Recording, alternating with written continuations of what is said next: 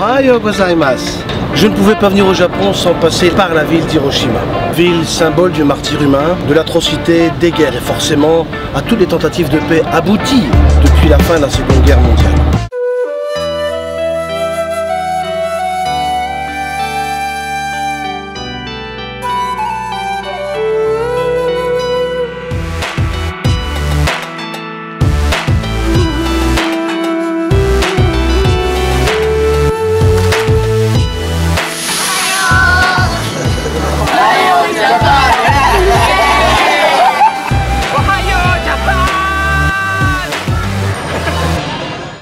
Hiroshima est aujourd'hui la représentation de la paix. On peut même y faire retentir la cloche de la paix.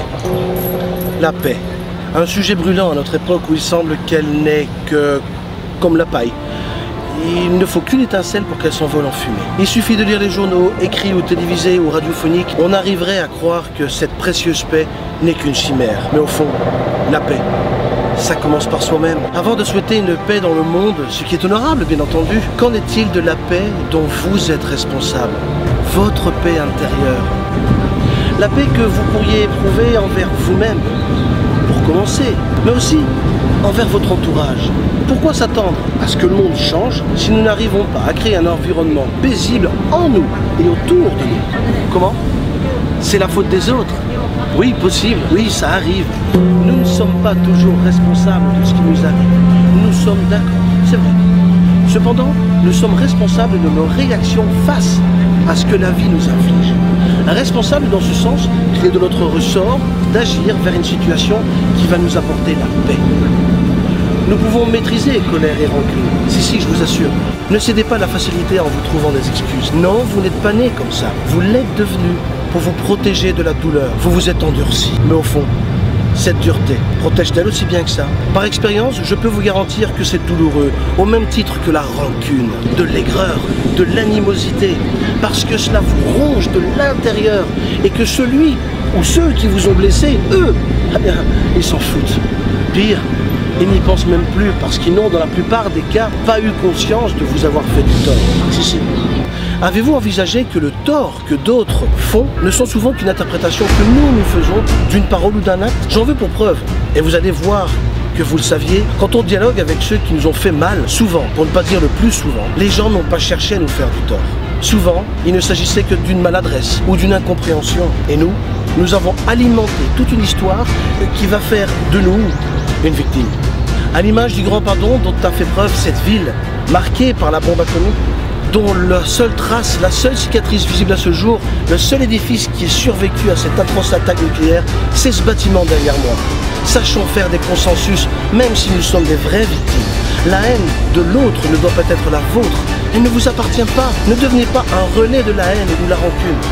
Alors oui, vous aussi vous gardez peut-être des stigmates physiques ou émotionnels d'une expérience traumatisante. À l'image de cette ville, au nom de la paix que vous devez trouver en vous, construisez une nouvelle vie sans entretenir haine ou rancœur. Pardonnez. Oui, parce que c'est possible. Seules vos croyances limitantes vous font croire le contraire. Quel prix êtes-vous prêt à payer pour enfin trouver votre paix intérieure?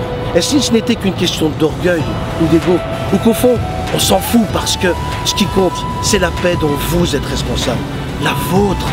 Même si la faute ne vient pas de vous, avancez, construisez la vie dont vous avez besoin, celle dont vous rêvez, celle que vous méritez. La paix dans le monde, ça commence par là, pour ensuite le propager autour de nous. À bientôt.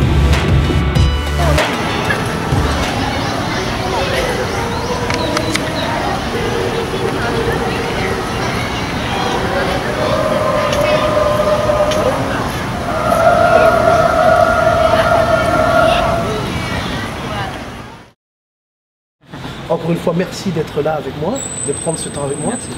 Le sourire japonais, le sourire qu'on trouve ici, enfin exceptionnel, tous avec le sourire. Moi, c'est quelque chose qui me touche, le sourire. Ceux qui me connaissent savent que le sourire fait partie de ma façon de faire, de vivre. Moi, je trouve qu'avec le sourire, ici, les choses sont beaucoup plus faciles que chez nous. À la rigueur, les gens qui viennent dans la rue te vendent quelque chose, tu as presque envie de l'acheter tellement c'est gentil. Alors que chez nous, bon. Le sourire, la gentillesse, est-ce que c'est un défaut ou une qualité? Ça peut être les deux en fait. Ça peut être les deux. Pourquoi les deux? Alors, ça dépend où est-ce que tu places le référentiel. Tu te places en France, par exemple, en Europe, on va dire en Europe en général. Oui, parce qu'il y a aussi des Canadiens qui regardent. Voilà. Ou en Occident, ou en Asie. Il y a une culture asiatique, c'est quand tu souris, tu vois, en fait... Mais est-ce que c'est pas un sourire faux aussi? Est-ce que les sourires ici sont sincères? Enfin, parfois j'ai l'impression que oui. Mais parfois j'ai l'impression que c'est un sourire plus de politesse aussi. Alors le sourire peut être interprété dans la définition européenne ou occidentale comme de l'hypocrisie. Par contre ici c'est un critère de politesse. De politesse, tu vois, en fait c'est le même comportement, mais la définition est différente selon la place où tu es. C'est ça. Si tu es en Occident, hypocrisie. En France on est... Donc tout est lié à la culture en fait. Tout est lié à la culture. Sujet à l'interprétation de culture. C'est ça. Alors bon, je ne sais pas où est-ce que vous vous placez, si vous êtes en Asie et que vous parlez français, ou alors vous êtes au Canada ou en Europe. En tout cas, moi, voilà, le sourire, je l'ai trouvé plaisant, qu'il soit sincère ou pas, je trouve ça plaisant. Et je pense que chez nous, si les commerçants, surtout à Paris, pouvaient plus sourire, je pense que ça apporterait beaucoup plus de gaieté auprès des touristes, le commerce. Voilà, le sourire dans le commerce, mais je sais ce que c'est aussi. Ça facilite la transaction et l'envie de prendre. Quand on vous donne avec le sourire. Enfin, ça, c'est ma vision à moi. Ça le sourire, tu peux le trouver pas uniquement au Japon, mais tu peux le trouver dans l'ensemble des pays asiatiques. Enfin, oui, en Thaïlande, et énormément aussi du pays du sourire d'ailleurs. Voilà, la Thaïlande, la Corée du Sud, le Vietnam. Vietnam, oui. Pays dont je suis originaire. Est-ce que c'est pas lié aussi à leur culture religieuse, à nouveau, le bouddhisme, le shintoïsme? C'est beaucoup d'éléments, je ne pourrais pas le résumer, mais c'est le bouddhisme, plein de choses, l'éducation, la politesse, il y a beaucoup de choses comme ça. Donc je ne pourrais pas le résumer. En tout cas, je trouve ça génial. Ce qu'on peut nous en apprendre, c'est souriez plus souvent, ça fait tellement de bien, quoi. Ça fait de bien. Et puis même, les neurosciences nous l'apprennent, même si le sourire est forcé, le cerveau enregistre le sourire et va y répondre. Et vous allez vous sentir beaucoup mieux. Même s'il est forcé à un moment donné, vous savez, c'est comme se forcer à rire. Vous savez, il y a ces yoga du rire et ces clubs de rire où on rit au début, on a l'impression d'être un peu ridicule. Puis on rit, on se prend au jeu et ça fait tellement du bien. Mais c'est vrai ce que tu dis, parce qu'au travail par exemple, bon, la situation, bon, tu vois, bon, c'est la crise, tout le monde fait la gueule, etc. Mais quand tu te forces à sourire, je suis chef de projet web de profession. Je travaille, voilà, je dois coordonner pas mal de choses en fait, parce que tu es un peu, la vis qui est autour d'un ensemble de mécaniques. Chacun en fait travaille, bon c'est naturel aussi, hein, chacun essaye de défendre son beurre, etc. Et en fait, pour faire tourner cette mécanique, toi tu es au centre. Et ce que j'ai remarqué, c'est qu'il y a des gens en fait avec qui j'ai été jeune diplômé comme tout le monde. J'ai remarqué qu'il y a des gens qui sourient, qui sont positifs. Ils arrivent en fait à mettre de l'huile dans toute cette mécanique.